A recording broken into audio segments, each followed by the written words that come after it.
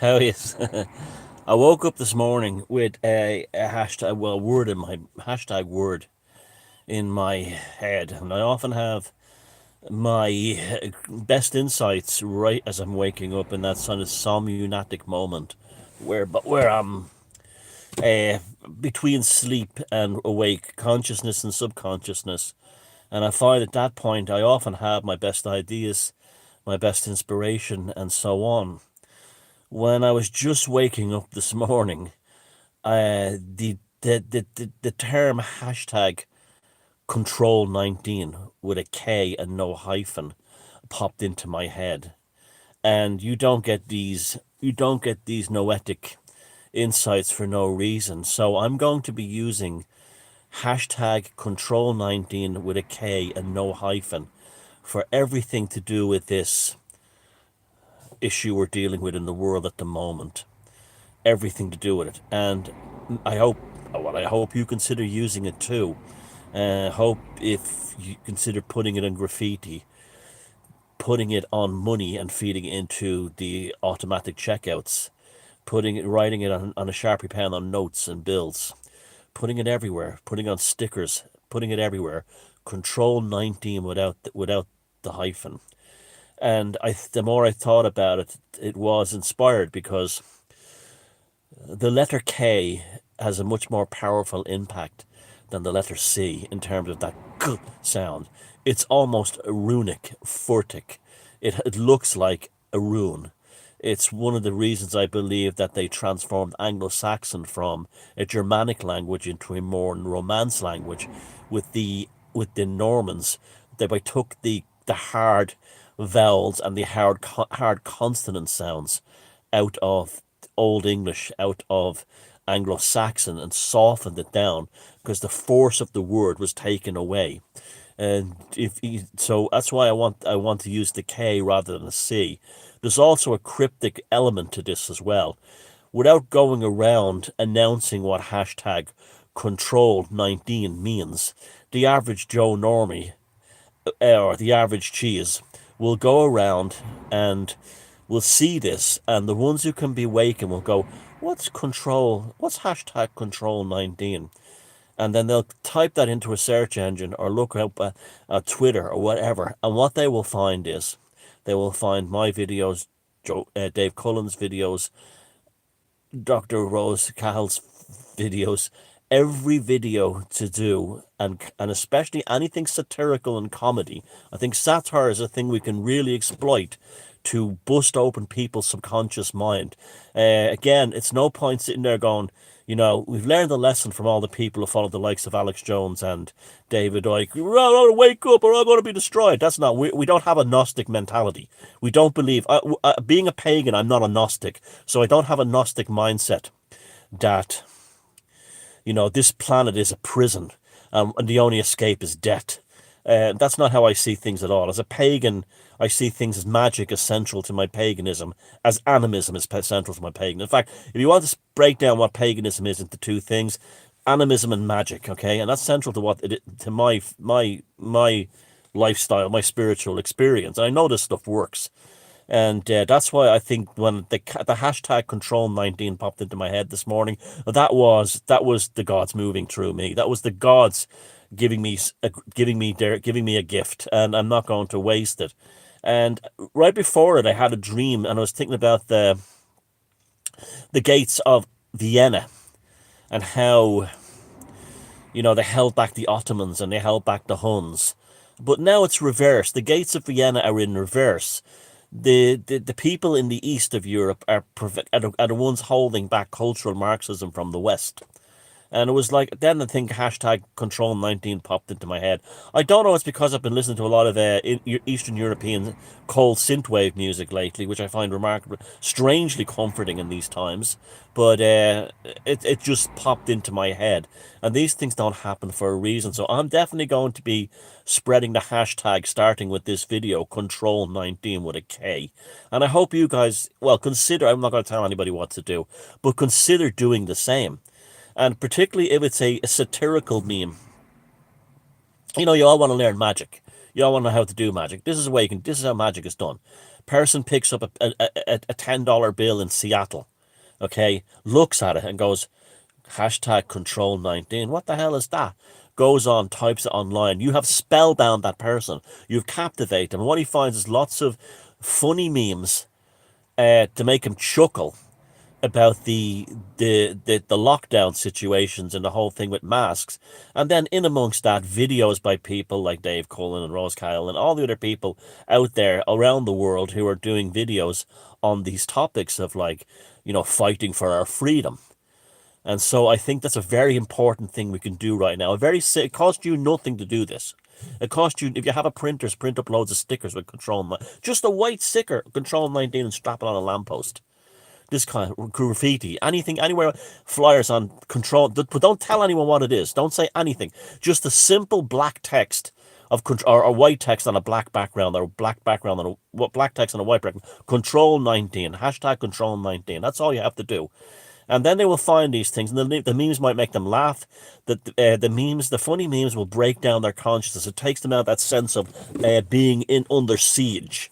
It's like dark humor, the kind of humor you get in the armed forces, where the soldiers in the heat of battle are all making fun of each other and taking the piss out of each other, because it breaks down these defense mechanisms that actually allow you to take you out of fear and into survival. And that's why it's important, along with serious information regarding what's being done to us at the moment with this whole nonsense, but also comedy memes at the same, funny memes at the same time too. We know meme magic works. We know meme magic functions.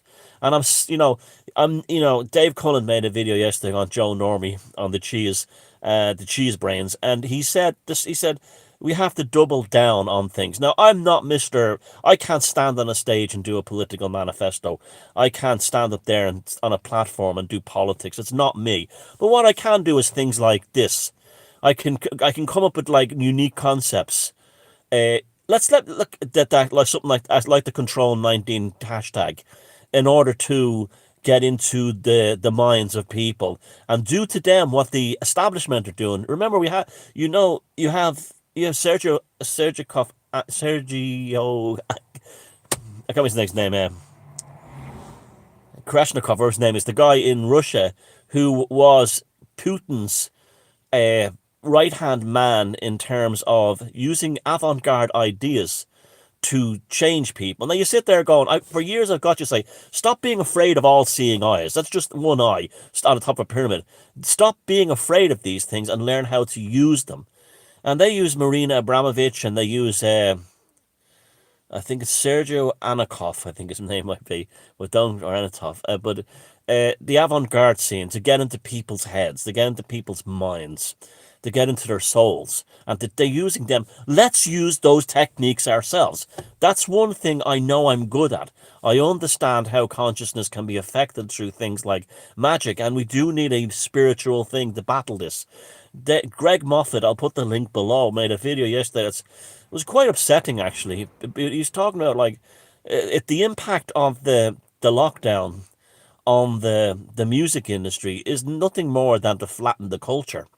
It's an impact on the human soul, the human creative soul, our ways of bonding and interacting at concerts. And when these people say, these politicians and bureaucrats turn around and say, well, musicians and ballerinas and opera singers will just have to retrain. They don't understand the drive that caused. They've never been to a concert and felt the enormous, the beautiful rapture, or the sense of transcendental magic washing over them as the music passes through them. They're too busy holding a phone recording it so they can put it up on, Snapchat or Twitter. They're not. They're there in every other way except the music. And I saw that the first time I really saw that was a few years ago it's about 6 years ago now, at a Roger Waters' The Wall at the Aviva Stadium in Dublin. The majority of the audience, even the ones in their 60s and stuff, who probably saw Roger Waters and Pink Floyd back in the heyday, are holding up iPads or phones. It's more real to them what was on the screen than what was on the stage in front of them. And that's when I knew we were in trouble as a species. And we're seeing that everywhere now. They hold phones up. And They record it because that's more real than actually being there. And the thing is that they, that began that, and the whole thing of downloads began the destruction of what is the spiritual nature of music and live performance and the shamanic nature of these things, and taking them away from us, pulling them away from us. And we've got to use the same tools back at them. We look, you've been watching videos going right back to Ben Stewart on his esoteric agenda film. What was Ben film came out, what, 2008? How many years have you been learning about this stuff? And all the people in between when I came on the scene and everyone else telling you about the power of symbolisms and stuff like that, and the power of allegory and myth. And now let's use it. Let's use it. Let's create these things. And that's why, instead of like sitting there going, oh, they use this against us, they use that against us, let's join the war. Let's join the battle. And let's start using the same things. And a big part of this is satire. For me, I've been taking the piss out of everything for years now, ever since I arrived on this scene. It was a very powerful way for me to protect myself, dealing with the dark subjects I first became known for. But also another, because I understood the power of the Jester craft. This is why Trump uses the whole Jester craft thing as well. This is why he acts like an idiot. I mean, if you watch videos of him in the 80s and 90s, it's not the same Trump that's the president. He's playing the clown, the Jester, in order to weaken his enemies by making them think he's stupid. Making them think he's stupid. And that's he understands. He understands the craft. Someone somewhere, either through Steve Banyan, and Julius Evora influence, something has got into him, made him understand these things. It's our turn now to use that, and you'd be amazed how it's done. So I'm going to be doing it from now on. I hope you are doing it from now on. Anything to do with challenging the Rona narrative, I'm going to attach the hashtag Control 19, no hyphen, okay? And then put it on anything I can, money, anything I can find, put it out there, and you can do the same. I'm even going to get a t-shirt with it made on it. I'm even thinking of getting a face mask with Control 19 put on it. How about that for a bit of chaos magic? Where I'm forced to actually wear one at work and stuff like that. And people will see, what the hell is Control 19? What the hell is that? And like I said, a great way to get it out is when you're paying for the automatic tellers, or automatic checkouts, which are forcing you more and more upon you now because of the hygiene. That's how you do it. Put it on your money and send it into the system all over the world. Control 19. Stickers make stickers. Do anything you can think of. You have a fucking airplane, ride it in the fucking sky, but get it out there. Control 19, and with the K. And let's bring the magic of our ancestors back from the ancient times, and show them what it really is to have a soul, what it really is to be a human being, and how creativity is not in the domain of their paid establishment artists and spooks, but we have that too, and we're going to use it back. Fight back for the arts, fight back for creativity, fight back for the jurisdiction of the human soul. Let's do this. We have nothing else. We don't have armies. We can't take them to court because we don't have the tools of the state. We can't do anything like this. We'll never win on their playing field. What we can do is create another one of our own. This is part of the parallel society. Put it out there. Control 19.